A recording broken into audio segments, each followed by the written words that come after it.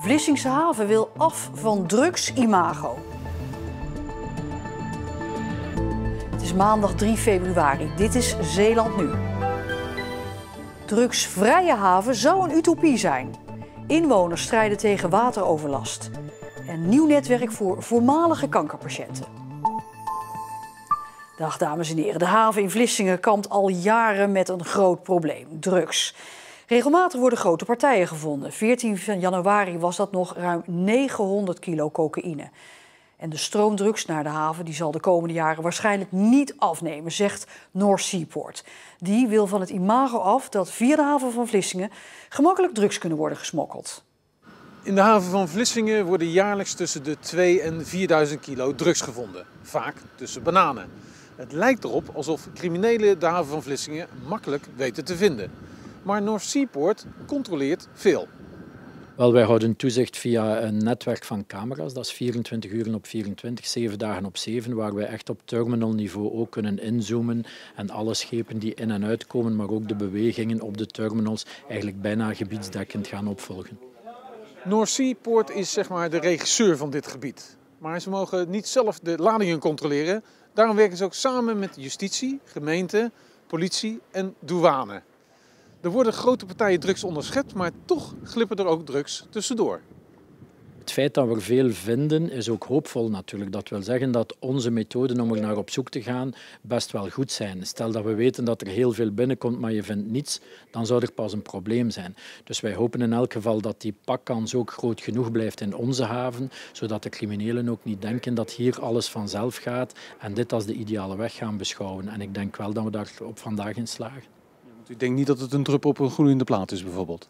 Ik ben niet pessimistisch op dat vlak.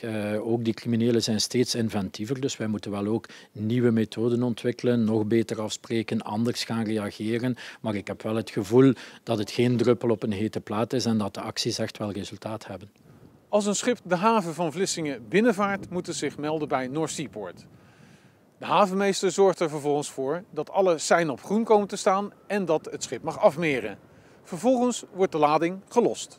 De controle op de lading gebeurt natuurlijk door de terminal zelf, of dat hij daadwerkelijk krijgt wat hem beloofd is. En daarna zullen de overheidsdiensten een check moeten doen op eventuele onregelmatigheden bij de lading. Dan heeft het over douane en marechaussee. Dat betekent dat als er drugs eventueel in zouden zitten, dan is dat hun taak om dat te vinden. Dus de taak van de douane inderdaad om daar onderzoek naar te doen. Ja. In hoeverre maakt u zich daar zorgen over de hoeveelheden die er de afgelopen jaren zijn gevonden hier zo in de Vlissingse haven? Net als ieder ander maak ik mij zorgen over de verdovende middelen die Nederland binnenkomen. Ik durf wel te zeggen dat onze haven voldoende veilig is en dat wij er alles aan doen om het ook buiten te houden. Het is alleen een fenomeen van deze tijd waar we echt wel problemen mee hebben als Nederland aan zich en met name ook als zeehavens, als import. Is het een utopie dat het ooit zal verdwijnen uit de Zeeuwse haven? Ik denk dat het een utopie is dat dat ooit zal verdwijnen. Deze criminele organisaties zijn machtig, gaat heel veel geld in om en er is een behoefte. Dus vraag en aanbod, dus hoe vervelend het ook is. Ja. Binnenkort wordt er duidelijk of er nog winst te behalen valt in de samenwerking tussen de havens, de gemeente, justitie, politie en douane.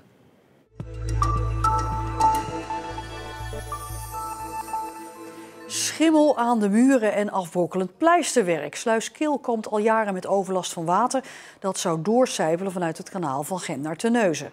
Een groep inwoners heeft de stichting Wateroverlast Sluiskil opgericht. Ze stellen Rijkswaterstaat en de gemeente Terneuzen aansprakelijk. Bijvoorbeeld in de zomermaanden dan zit het vocht hier tot 60 centimeter vanaf de grond. Zie je gewoon een hele vochtige plek op de wand. De bewoners hebben al eerder geklaagd, maar kregen 0 op request. We hebben hier een onderzoek laten doen door een bureau. En het blijkt dat de bewoners ook zelf verantwoordelijk zijn voor de vochtproblemen. En we hebben toen ook aangekaart dat het meeste vocht van het kanaal afkomt. Maar ze doen er gewoon niks aan. En we hebben dat diverse malen aangekaart bij de gemeente, maar er komt niks los. Bent u boos? Ik ben heel boos, ja. Ze is de eerste vrouw die de Terneuzense vestiging van chemiebedrijf Dow gaat leiden. De Ierse Bridget Sparrow volgt 1 maart Nelders Hovenstad op als vestigingsdirecteur van Dow in Terneuzen. Sparrow werkte eerder voor Dow-vestigingen in China en de Verenigde Staten en werkte de afgelopen jaren in Duitsland. En Nelders Hovenstad op zijn beurt vertrekt naar Duitsland. Hij is nu ook voorzitter van de werkgeversorganisatie VNO-NCW in Zeeland. En wie daar zijn opvolger wordt, is nog niet bekend. De gemeente Tholen houdt volgende week donderdag een besloten bijeenkomst over zwembad De Spetter. In deze vergadering gaat het over de vele geheime documenten over het zwembad. Van de 200 documenten die openbaar zouden komen, zijn er nog maar een paar online gezet. En de gemeenteraad wil in beslotenheid alvast praten over al die andere nog geheime documenten. Zwembad De Spetter is voor €1,5 miljoen gerenoveerd, maar moest afgelopen jaar telkens dicht vanwege troebel water.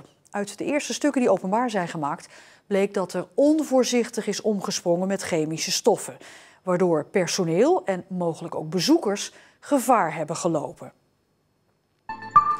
Branden ontstonden vorig jaar het vaakst in de keuken en in de schoorsteen. Dat blijkt uit cijfers van de veiligheidsregio Zeeland. En daarnaast bleken in tientallen gevallen elektrische apparaten de oorzaak. In totaal rukte de brandweer afgelopen jaar 151 keer uit voor woningbranden. Bij 4 op de 10 getroffen woningen hing een rookmelder. De Zeeuwen Oek de Jong en Wessel te Gussinklo zijn genomineerd voor de Libris Literatuurprijs. De Jong, geboren in Goes, is genomineerd vanwege zijn bestseller Zwarte Schuur, die zich afspeelt in Zeeland. De Gussinklo uit Kampenland maakt kans met De Hoogstapelaar. In totaal staan er 18 schrijvers op de lijst voor de prestigieuze prijs. 11 mei wordt de winnaar bekendgemaakt en die krijgt dan een bedrag van €50.000.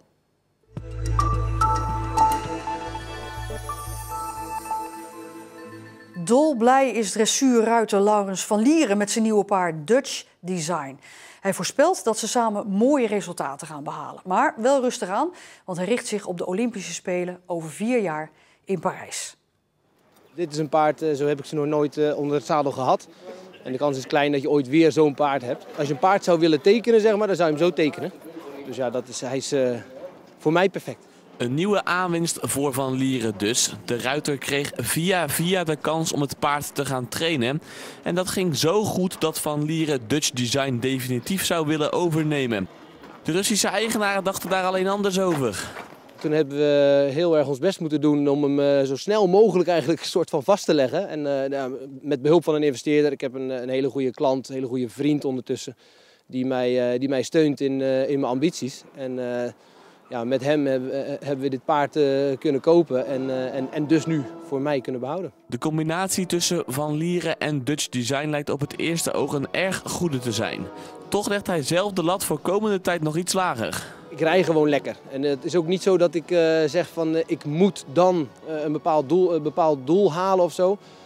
Het is voor mij, dit paard heeft alles in huis om ook Grand Prix te lopen. Maar hij moet eerst gewoon wedstrijdroutine opdoen. Hij moet nog echt wel kracht en nog een heleboel inhoud winnen eigenlijk. Daar moeten we aan werken. Voor de lange termijn heeft Van Lieren al wel een groot doel voor ogen. Nou, ik wil ooit nog een keer een Olympische Spelen rijden. Dus dan zou ik zeggen, dan is Tokio is wat snel. Niet compleet onmogelijk, maar wel voor dit paard, want dat komt te vroeg. Maar ik heb nog andere paarden die wel op Grand Prix niveau zijn. Ja, we gaan gewoon kijken. Ik ga gewoon lekker wedstrijden rijden. Op dit moment sta ik er echt zo in. Ik wil gewoon lekker wedstrijden rijden en ik wil wedstrijden winnen. En als je dat blijft doen, dan kom je vanzelf een keer ook op een Olympische Spelen terecht. En dan is dit jaar waarschijnlijk te vroeg, maar dan zal Parijs toch echt mijn jaar moeten worden.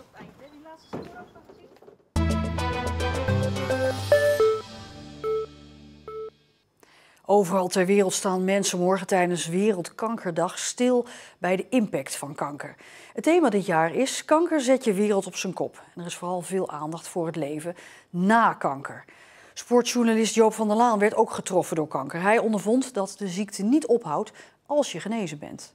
Op het moment dat je kankervrij verklaard wordt, ga je de deur uit en dan moet je het eigenlijk zelf uitzoeken. Hoe los je het zelf op? Hoe los je het met jezelf op? Hoe los je het met je omgeving op? Dus je bent er constant mee bezig. Ten eerste met de nazorg, de verwerking. En vervolgens van, ja, hoe krijg je het vertrouwen weer terug? Vooral in je lichaam. En daar moet je doorheen. En ja, daar ga ik ook hulp voor zoeken. Om daarin begeleid te worden. Want dat is een keuze die je zelf moet maken. Om die begeleiding te zoeken, om je daarin te helpen. Sinds deze week is er op Schouwen-Duiveland een netwerk waar ex-kankerpatiënten terecht kunnen. Hallo. Het Oncologisch Netwerk Schouwen-Duiveland bestaat uit een aantal zorgverleners hier uit de regio die gespecialiseerd zijn op het gebied van oncologie. En wij hebben onze krachten gebundeld. Hoe is het met je? Want uit ervaring blijkt dat veel ex-kankerpatiënten behoefte hebben aan een bepaalde vorm van nazorg. Wat de ex-kankerpatiënten vaak merken is dat je bent beter verklaard, schoon verklaard. En dan begint het eigenlijk pas. Je wereld staat op zijn kop. En om dan je leven weer een beetje op de rit te krijgen, dat is heel moeilijk om dat alleen te doen. En soms loop je gewoon tegen praktische dingen aan of wil je gewoon af en toe eens even met iemand in gesprek. En dan is er echt nog wel het een en ander mogelijk, maar je moet het wel weten te vinden. Zo biedt het netwerk onder meer fysiotherapie, maar kunnen voormalige patiënten er ook terecht voor voedingsadvies en mentale ondersteuning. Joop van der Laan is enthousiast. Je krijgt alle verschillende disciplines bij elkaar. Hè? En je zou eigenlijk zeggen, waarom nu pas? Hè? Want ja, kanker is natuurlijk toch een ziekte waar we al heel lang mee te maken hebben. Wat 1 op de 3 mensen mee te maken krijgen direct. En ja, wat altijd een beetje een schrikbeeld geeft. Maar ik heb het idee dat juist door dat soort initiatieven dat het al wat dichterbij komt en dat die afstand wat kleiner wordt. Nou, zien we elkaar over 2 weken weer. Ja, dankjewel. Tot de volgende keer. Tot dan. Dag. Dag. De meerwaarde van ons netwerk is dat we korte lijnen hebben, goed van elkaar weten wat we kunnen betekenen. Dus op het moment dat wij in gesprek zijn met iemand en we horen een vraag of een probleem en we denken, oh, die collega zou daar iets mee kunnen, kunnen we ook heel makkelijk doorverwijzen daar naartoe. Ook Joop van der Laan gaat gebruik maken van het oncologisch netwerk. Hij merkt namelijk dat waar anderen doorgaan, hij nog een stuk te bewerken heeft. Voor de omgeving gaat de vlag uit, hij is weer beter. En iedereen gaat natuurlijk zijn weg, logisch. Maar dan begint het pas, dan moet jij nog aan de slag. Dus zoek ik het in het professionele circuit. Want daar zit het, daar zit je begeleiding en de goede tips en de goede adviezen, wat je wel en wat je niet kan doen. En probeer je weer die 100% mens te worden waarvan je vond dat je die altijd was.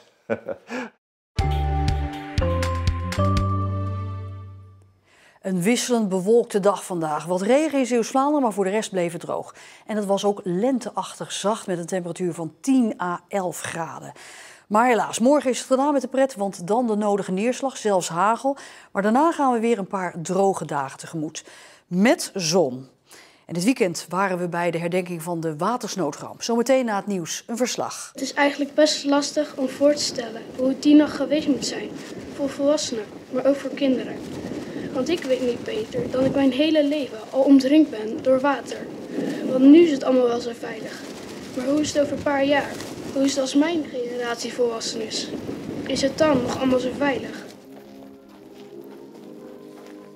Dat dus zometeen. En daarna nog het uitgebreide weerbericht voor Zeeland. Ik wens u een hele fijne maandagavond.